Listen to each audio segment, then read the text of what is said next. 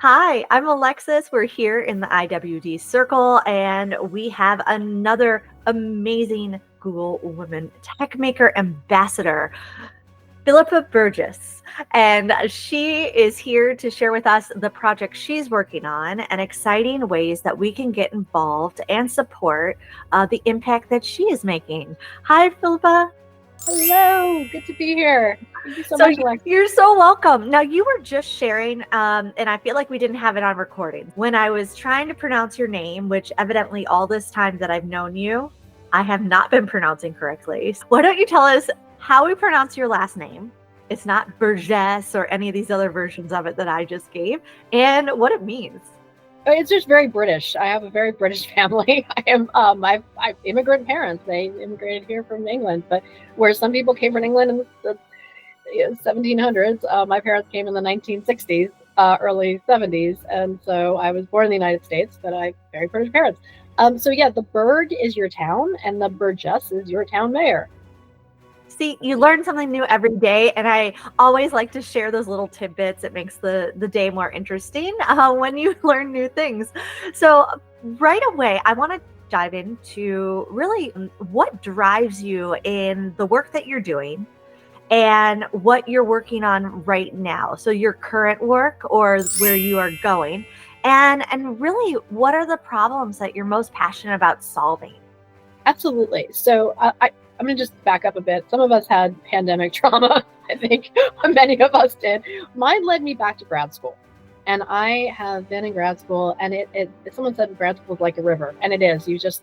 You flow and you find things that interest you. And I think our world changes and we change. So I think to be open to the fact that new things will come into your line of vision that you say, I never thought of that before, but maybe I want to add that into my skill set or my interests and my conversations. And so I started with a master's in urban planning. And that was something that really interested me. I was very interested in like, how did we get here into the built environment? Were the choices made that were made? And I learned a lot about that.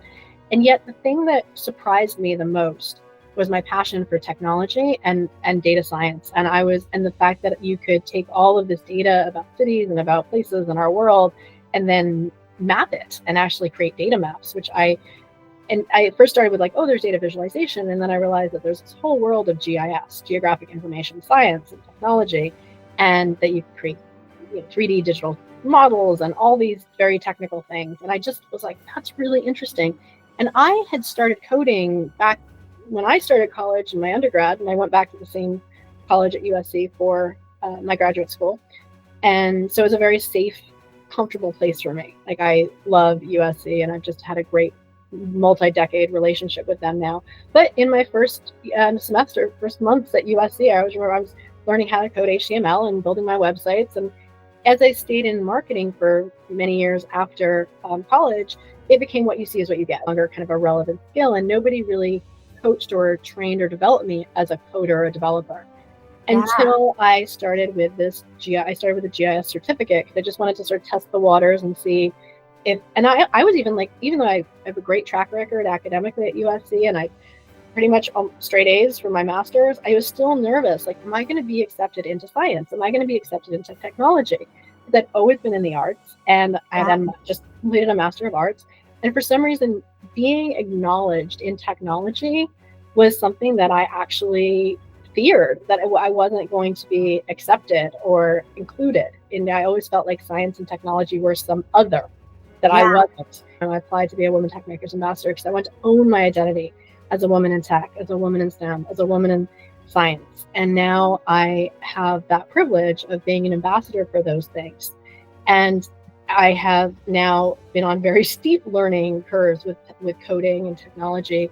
And that led me to expand that into a full second master's in what's called human security and geospatial intelligence. And a lot of people I do get are like, what's that? And it's basically, we're looking at satellite imagery. There's all these satellites that run around our planet, and we take pictures, and we are analyzing the images that we see, changes over time. And then now you can apply machine learning and AI and all sorts of other things to those satellite images and other sort of data sets, and look for trends and look for all sorts of just information and intelligence, basically. And then I realized that I also had an interest in cybersecurity that was born from a conversation with a fellow woman techmaker ambassador that I'm just like, I didn't know that it was really even a career or even a thing. And she was so passionate about it. And her passion led me to sort of take a closer look and explore. And that led me to a law certificate that I'm in now at the law school for privacy law and cybersecurity. So now I'm interested in layering in geospatial, machine learning AI, and cybersecurity. But I'm also trying to find my off ramp for being a graduate student to going like, let's get back to work. So, but I'm in this very intense learning phase, and I have a lot of motivation to engage with other learners, but now probably mirroring my own journey of learners who are now transitioning into the workforce. Wow. And you know what? It's so inspiring from your story. And there are many layers here to everybody's story. And that's why we like to start with this first is that evolution, right? You know, things that it was one class that now relates to what later becomes your passion.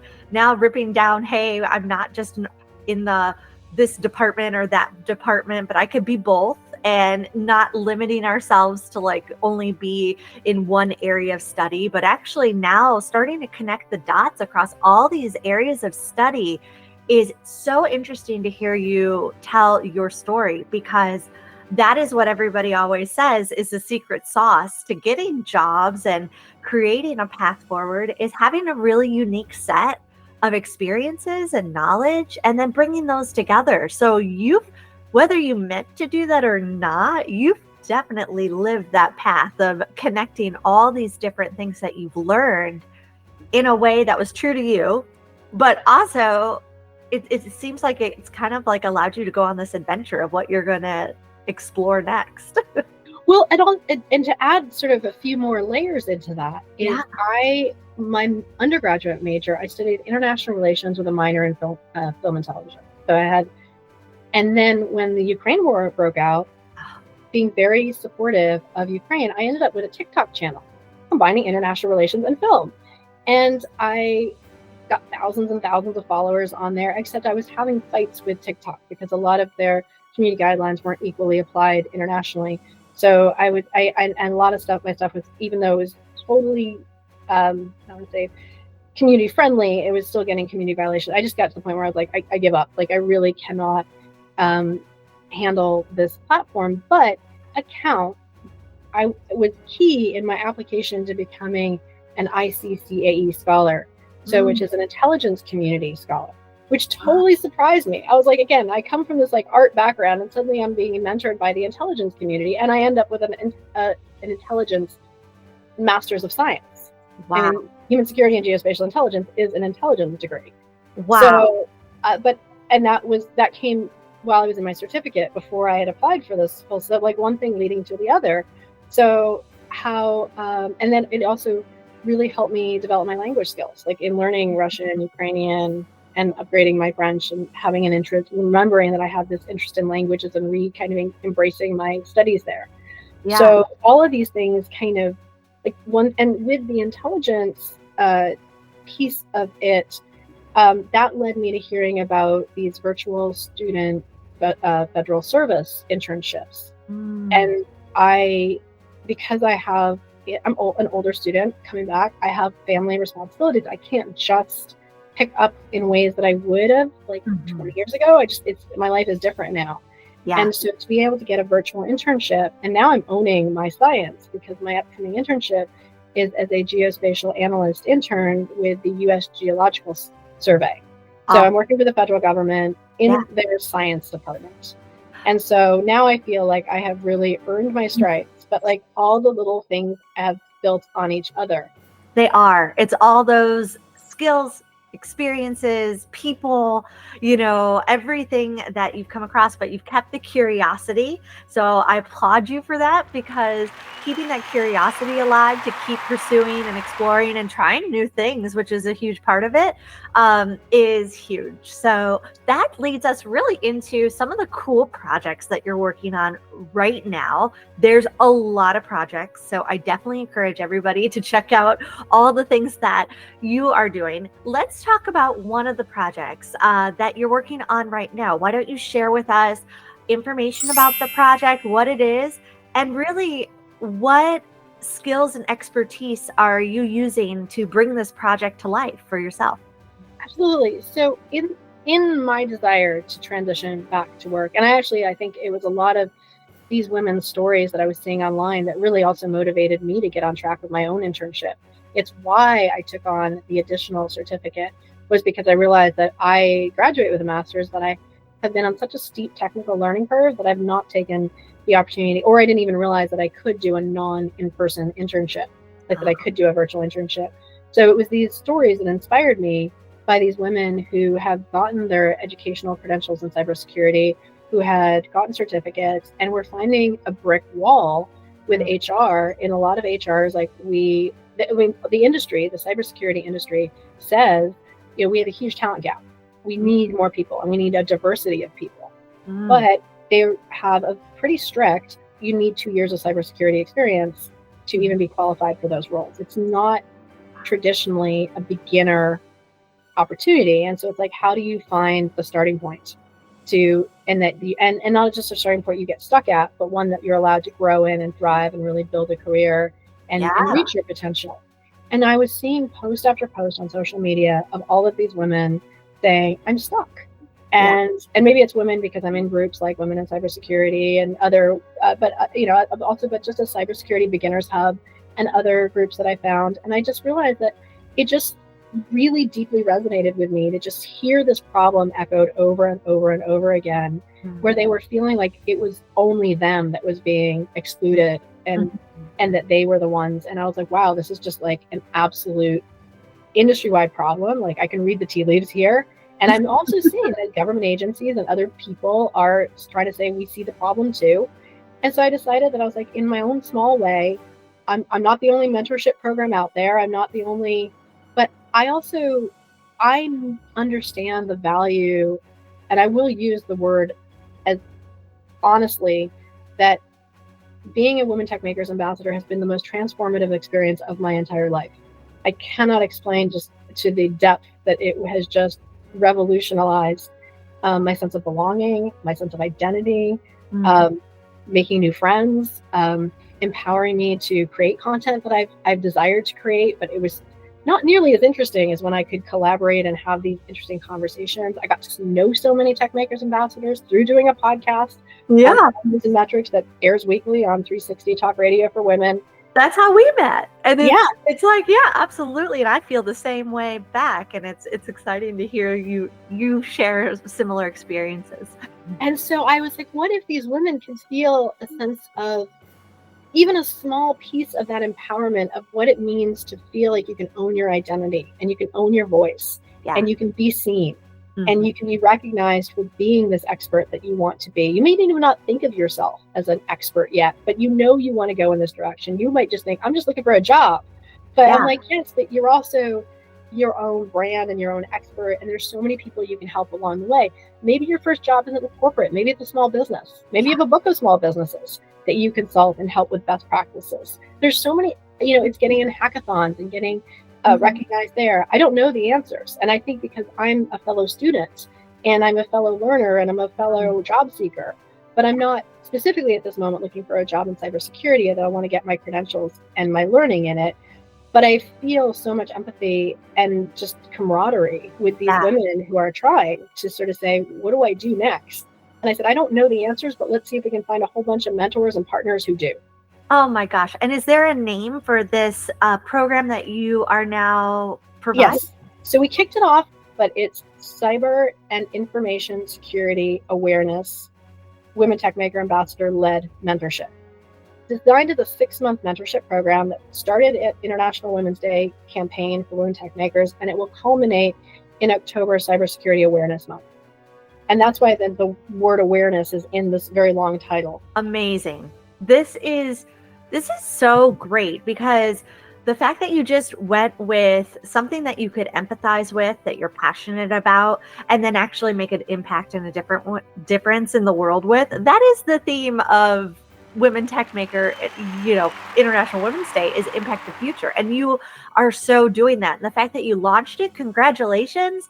And wow, what a commitment to go all the way to October. And are there right now ways that, people want to get involved, that they can still join, or what are some things that people can do who want to participate? Absolutely. Well, I'll just start with what we have and what we're building, and it's a collective effort, and there's levels to it. My idea is that anybody can participate at whatever level they want. So it is definitely like buffet. There's just kind of 3 menus, and you can move between them. So I'll start with our mentors first, and so mentors are Women Techmaker Ambassadors. So if there's a fellow Women Techmaker Ambassadors listening here, if you're an expert in cybersecurity, come join us. If you can speak to what it means to be an ambassador and what it means to create events, create content, be a mentor, and want to just kind of, pour into the women in our community, you're welcome. So I invite Women Techmaker Ambassadors. All of our mentors who hold the title mentor are Women Techmaker Ambassadors. Love it. Then there are partners. Partners are non-Women Techmaker Ambassadors who are also mentors, or they could be Women Techmaker Ambassadors who have a brand. So I'm so honored. Skillville, Hype HQ. I have an author who just co-wrote the book, Cybersecurity Unlocked, are all part of our partner program.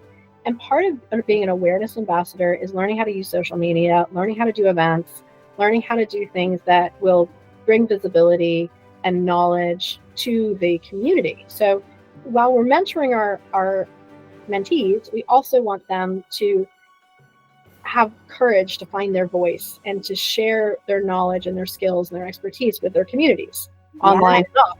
And so we need lots of mentors to give them the courage and the information of what it means to do that, to put together an event, to create content, to curate. We'll have tons of curated content that they can draw from, to collaborate. We want to create that sense where I've done 2 5-hour audio summits in the last year. One which was for International Women's Day on the theme Dare to Be, and one which was Google I/O Extended. So together, we're also going to collaboratively, I will produce a 5-hour audio summit with all of these women and our mentors. And part of it is we'll find our footing and our focus if it's more about like the everyman's version of what you need to know about cybersecurity, or if it's a little bit more career development and tips for, breaking into this industry that has this wall of you need 2 years of experience. So how do we together collectively try to solve this problem? And I don't know the answer, but I know that if we all put our minds together, we can solve it. And so right now I have 27 registered mentees, and but it can be larger because there's 3 levels. There's what I call public, which is any content that we create, a blog, a social media post, a video. Come watch it, enjoy, get the value from it. It's yours. And if you want to be notified, follow, subscribe, anybody is welcome to participate in our community and the larger information sphere that we will kind of put out there. Then if you register, and the current registration is closed, but another registration will open. So the best way for people to hear about that is to follow those social media channels. So whether it's Medium, it's all under the Muse and Metrics, which is my podcast brand. It's not a business. Everything's volunteer. Everything's in kind. It is just a project, but I'm running it under the Muse and Metrics brand because that is my brand about empowering women. And here's our blog. So yeah, just pull it up because I just followed myself. So be sure to follow as well. Yeah. So we're just beginning. You can see I have my first 15, and but people who register get an email from me. The first 7 days we did 7, but now it'll move to just sort of once a week in May, and then just kind of twice in June, July, and then we'll ramp up again in September, culminating in all of our activities that we'll plan and do together for October as Cybersecurity Awareness Month. And so the goal is, and so the idea of core is I have an open is I have your email. If you're an open member, you're invited to all of our group discussions. We'll have, private meetings, but they're group meetings. You'll have access to group mentorship and just all the benefits of the community. And then core are the people who set up an onboarding call with me and fill out a survey and return that. And then they get one-on-one mentoring. And as mentors and mentees kind of line up, they can either get one mentor that will stay with them for their time, or they can sort of dabble and have multiple mentor calls. Obviously, the more mentors I have, the more flexibility I can have to sort of create that smorgasbord of mentoring one-on-one opportunities. But you have to just kind of do a little bit more to get that, so that you sort of are just showing that, like, hey, I'm really committed. And if I schedule a time with somebody, I'm going to show up and I'm going to make the most of that time with them. And then that's what I call cohort one. And then as everybody in cohort one is onboarded and have, we get started and have our first group meetings and have our first one-on-one meeting set up, then we will invite and onboard a second cohort. And then they will, and anybody who missed core the first go round and is like, oh wait, I do want that one-on-one attention that I didn't sort of sign up for the first time, we'll have another run at it. Amazing. So where do you visualize this going in the future? What excites you most about where technology is going, where this project that you're working on? What excites you the most about the future right now? Like, there's a couple things. Like I said, there's this problem that people and I even saw it for myself, because I did an interview where I just wanted to be completely honest. And I think I needed that mirror for myself, because I have taken on $300,000 in student loan debt. Let's just be very clear about that. That's very honest, and a lot of people can relate. Okay, that is not insignificant, but I'm not scared of it. And I have this idea that I want going back to school to be the best decision I ever made, not the worst decision. And therefore, I'm taking on extra certificates because I want to have a graceful exit out of school. And when I did this interview, actually, it was really helpful, because I realized, they have those conversations with people about, like, don't spend your $5 on your latte, you're wasting your money. And I was like, wait a second, no. What you should be doing is take $5 and put it in your investment account. Take $5 and put it towards your student loans. Micropayments, everything. So I started making micropayments on my, even though I'm still taking loans, I'm like, I'm going to start paying. I'm going to start putting more money into my retirement account, more money into my investment accounts, $5 at a time. It's like, I don't need to ignore it because it's like this big, scary thing, but I can just take small, manageable actions. And, and just feel like, okay, I'll get there. But one of the actions was like, I need to get myself an internship. I may be turning 50 this year, but I need to get myself an internship. I love that, because you are such a lifelong learner. I think the world is becoming lifelong learners. And I think, these internships, these real life learning experiences by doing and kind of having some experience validated, saying, hey, yeah, you do have these skills, which is so required in new jobs and new careers, where things like what you're talking about, it's not just the degree, you need both. And so it's really critical to anyone's future these days. Yeah, so I think, like I said, in this sense of wanting to have, really setting myself up properly, and realizing that there's these women who are like, oh my gosh, I'm struggling. I'm like, can we help? Can we help? Can we figure out this problem together? Because on the other side of it, there is an industry that says we have a massive talent gap. We need all the people in all the roles. The bad guys are out there. And back to studying Ukraine and studying Russia, they're not nice. There are some very not nice people out there in the world, not all coming from Russia, but all over the world. And they are trying to upend things and make our lives difficult.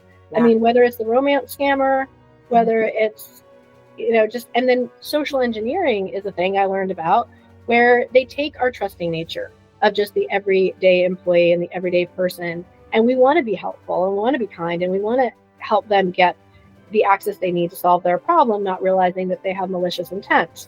Right. And so we, bad actors.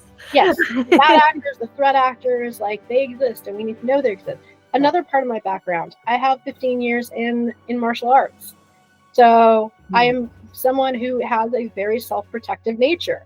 And then, my interest in security, whether it's human security, cybersecurity, I have a very security mindset of being how do we also understand that not everybody in the world has the best intention? Yeah. And to be equipped, right? Not naive, to be equipped, to be prepared, to be proactive. I love that you have a background in martial arts. I feel like every time we talk, I discover another layer to your onion, which is so cool. And it all interrelates. And so I'm not surprised you've got this sense of protective nurturing, but also, you're not fearful. You conquer those fears, you learn that new skill that you need or take on those challenges. And it's so exciting to hear what excites you about the future, because it is a new language and knowledge that we need to have. The whole world as global citizens needs to be aware of this, so that they can really thrive in whatever it is that they're doing. Well, can you elaborate, talking about communities and security and everything that you're a part of and doing? What's the role that community and collaboration play in your work, in what you're doing? Well, it's everything in the fact that you can't actually, I realized like none of the work that I want to do can be done on my own. And actually, I think even like I was having a lot of conflict in my desire to create. There's a part of me that wants to be a creator. And then I realized that the success, and then I also realized I'm not in a position right now, like I don't want to sort of start a business.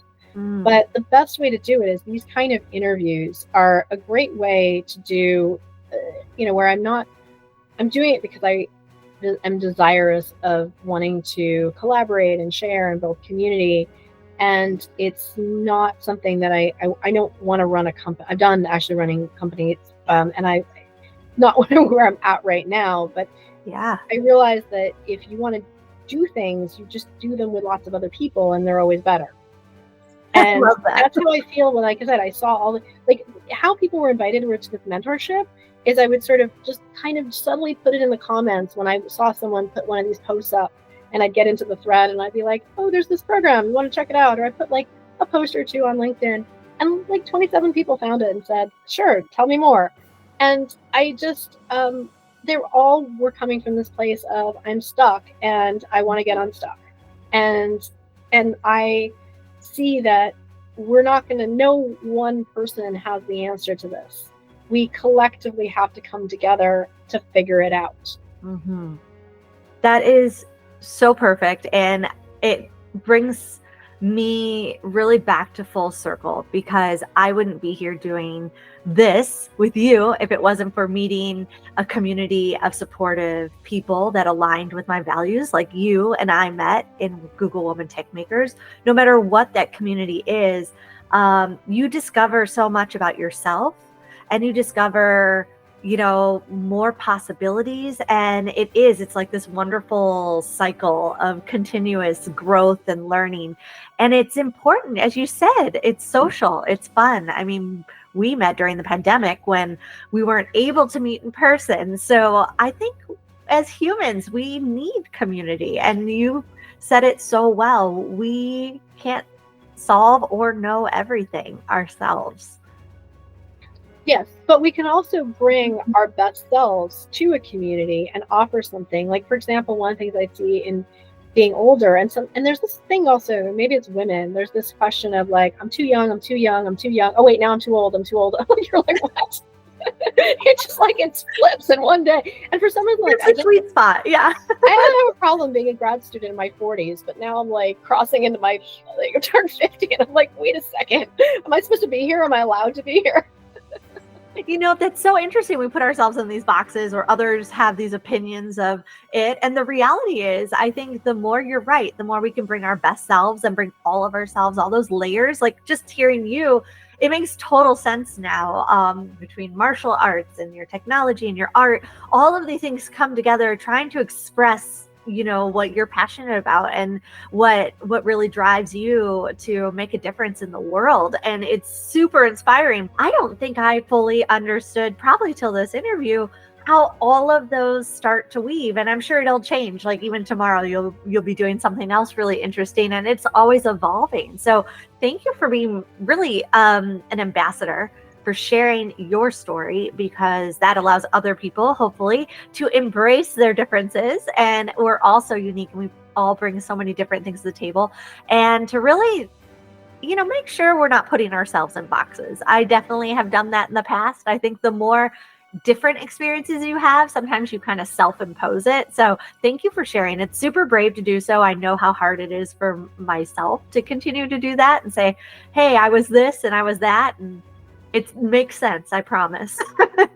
Well, and also to understand that embrace rejection in the fact that it's not personal, because you'll know when you're doing an application if it feels really aspirational or if it feels totally aligned. And then if it feels totally aligned, they just have a fixed number of spots, and it just depends on how competitive and how many people apply. It's not personal. And I have just learned to apply for so many things. And the good or bad news is I keep getting them. And then sometimes I don't. And I have a twinge of like disappointment for like a second. And then you move on because you're like, you can't win if you don't play. I love that. So I literally have an application out right now with like NASA.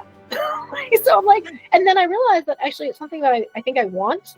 And it was before my application went in, before I got the USGS thing. And they have another cohort that they'll welcome in the spring. And I was like, oh, if I don't get it this time, I'm just going to apply again. Like I decided that was something enough that I want. And I think that I'll have even better credentials if I don't get it this time, that I'll just, sort of put my hat back in the ring.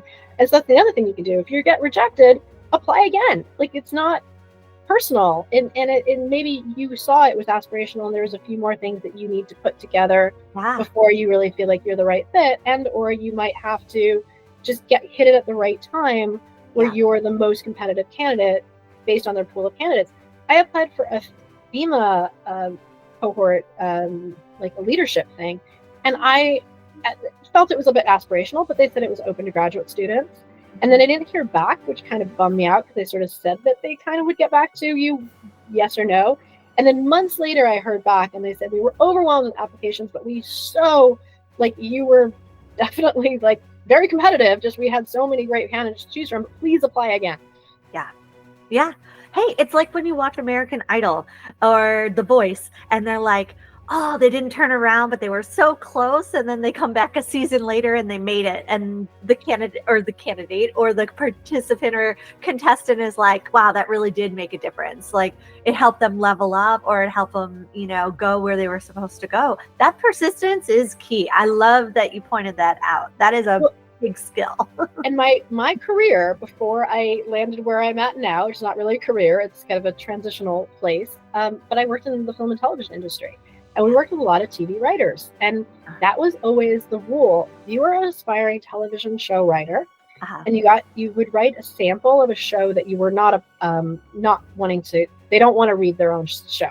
They want samples. So you'll have 2 or 3 samples that go out and get you meetings. And every year it was always the same. It's like you do your round of meetings. It's a meet and greet. You are not going to get hired. Yeah. And then if you take all of the feedback that you got on your samples, you level up, you come back with new samples, and you do those meetings again, second year, you will absolutely get hired. Wow, that is so great. And, this is cool because this cross-industry experience that you have, now you're applying it in many ways. And it also seems so much easier or obvious when you think of something that's not in your industry. I always find it makes it more accessible. Like hearing that story, it's like, oh yeah, I can see why that would totally be applicable, or how that would happen in the TV film industry. I've never been in it, but it seems like easier to see it. But if you were to say like, oh, in my industry, I'd probably like hear that advice differently. So just hearing you put it as applied in a different industry, I think has a lot of value, because it's sometimes easier to see it in others, lives or advice in other industries that could be applied to your own. So hopefully, people are kind of thinking out of the box a little bit about maybe what this means and what they're working on right now too. Because I think switching your industry experience is really, really exciting to hear that those are all the soft skills, right? Things that no matter what you're doing in life, they apply. Well, and I'm on such a coding journey that when I was invited to Women Developers Academy, I was like, oh, this is great. I'm going to up level my coding. No. It was a public speaking course. That's fantastic. And also, doesn't that kind of keep you balanced? Isn't it more interesting and fun along the way? You're not just all one thing. Well, what I'm saying is I can always polish, always get better at speaking, but that's my natural skill. That's the skill that I developed over a 20-year career in the arts and media and entertainment and marketing and PR. You can put me on any stage. You can put me in front of any audience. That's not a problem for me. I'm I can always get better at that, but that's my innate skills. And that's what I see being in class with my cohorts, I live at the extremes. We talk about age and where am I in age. I am truly at the middle. I have every expectation in my mind that I will live to pretty close to 100. So I'm like, I'm at the halfway point. And in my classes, I'm in with a lot of what they call progressive degrees. So undergraduates who are also getting a master's in a fifth year. And so some of my classmates are 21. And then I also spend a lot of time with my mom, who lives in retirement communities, and most of my neighbors are in their 80s. So I get to see what life is at, kind of both ends of it. Yeah. And I definitely see that I have a lot more confidence than my class counterparts. That's just so natural. I'll always speak up. I'll always ask the question. I learned to sit on my hands, to give space to other people, to share, to talk, to go first. But if you need to fill an empty space, like, they could always count on me to chat it up. Like, that's not a problem. And then similarly, like, the elders that I'm with are really helping me to understand I need to plan for my future. I need to plan for my retirement. I need to have a realistic plan to zero out my student loan debt and actually have savings and have retirement and just have all of the roots that you need to live a comfortable retired life.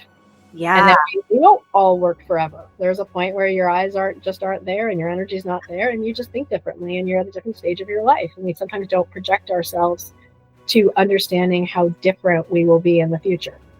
Wow, this is amazing. You today have brought so many great points, so many great skills, so many ways that we can get involved. But what are some things that we could do to specifically help you in your passion projects and what you are working on right now? How can we help? If you were to give us a couple tasks to do if we wanted to take action, which I hope this inspires people to take action. Actually, I was going to say the very first thing to do is join Muse and Metrics on Medium or LinkedIn or YouTube or Instagram, any one of those 4 platforms. And then, as you go, you can follow us on more platforms. That's just a great way to get into the communication channel, and when we can start a dialogue to be more specific. If you want to be a mentee, we invite you. Again, there's core, open, or public. And the registration for the next 4 open will show up at the end of June. And then we'll get those people onboarded and get going in July. But I want to make sure I spend the month of May right now getting all of our current mentees sorted out. If you are a small business and you want some cybersecurity coaching and discussions and talk about what are the best practices that you could be thinking about, let us come volunteer and help you think about your best practices for cybersecurity. Even if you're an individual, if you have friends or neighbors who are older, who are very much targets for scams, let us have conversations with you, with them. Let us help set up an event. Let us help in any way to get the word out about how we all can be more secure in our digital lives. And if you have a password anywhere, somebody is trying to get to the other side of it. And so and even us who forgot our passwords are trying to get yes, I'm there with you. I'm there with you. I'm back to the old-fashioned pen and paper after I deleted everything, trying to reset cache, try to fix one problem, and then I realized I'm wait, I'm studying cybersecurity now. And again, that certificate is coming for 2 reasons. One is I wanted to extend my studies long enough to take advantage of internships for myself, because again, these women really showed me that if you don't really set yourself up and take the long game, you can sort of get a little bit stuck. And I was I don't want to just fall off this academic cliff and then be flailing after this sort of significant investment that I've made. I'm I'd rather slowly exit and just really walk myself into the job that I want, and realizing that I'm pretty much 1 to 2 years out from that. So now I'm okay, in the meantime, I want to play. I want to create content. So the other thing is, come create content with me. Come tell your story as a mentee. Come tell your story as a mentor. Come tell your story as a partner. I love creating content. That is something that's, again, in my DNA, that just reflects all of my past experience. But I was always behind the camera. I was always facilitating other people. And now this is the first time I'm finding myself in front of the camera, in front of the mic. So even though I have the confidence that comes from this background in entertainment and media, I also don't really have a ton of the experience. And it's a different game when you're a one-man show, working on your editing, working on your planning and your admin. So there's a patience that's involved when we're running our own, one-man studios. But I just invite and welcome, come play, come chat.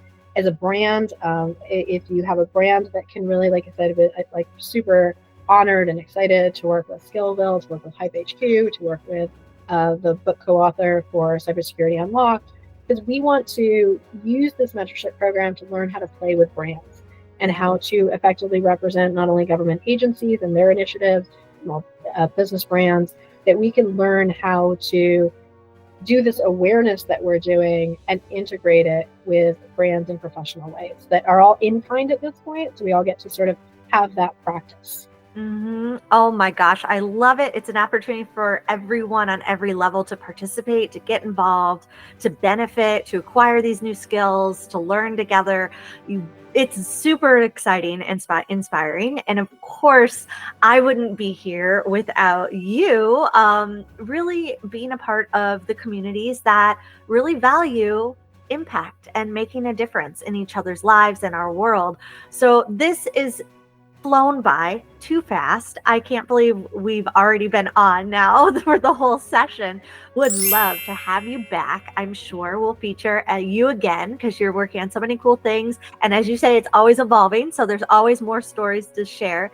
And we're going to be sharing all the links and everything so you know how to get involved. We'll make it really easy so you can spend your time doing something that will make a difference, not trying to figure out where it is or how to connect. We will make sure that you can connect and that energy is put towards some major impact. So thank you so much, Philippa. This has been so great. I always love having you a part of the circles, the collaborations, and again, thank you so much for your time and sharing your story with us today. Thank you so much, Alexa. Thank you for having me. And everybody, yes, come play, come hang out, come learn, and come empower these fantastic women, or be one of these empowered, fantastic women.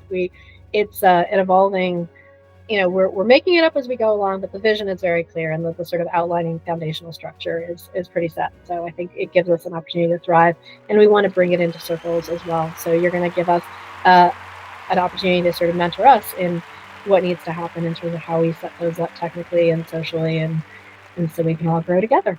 We are. I'm looking forward to it. Thank you again. Have a wonderful rest of the week, and we'll see you in the circle. Thank you. Random stuff. Like, I am the face of the International Women's Day Google Maps. Oh, amazing. So we should include that. Like, I'm in San Diego. Please join us in this revolutionary way for us to celebrate IWD together, globally, acting as one, having a place that we acknowledge all of the efforts being made. And together we can attract greater allies, partnerships, and sponsors than we ever would have by ourselves. So please, it's not too late, but every day we are excited to be seeing new profiles being uploaded and shared out. Join us in this epic, historic event on Skillville with the International Women's Day 2024. We look forward and are so grateful for all of the incredible humans who have made this possible.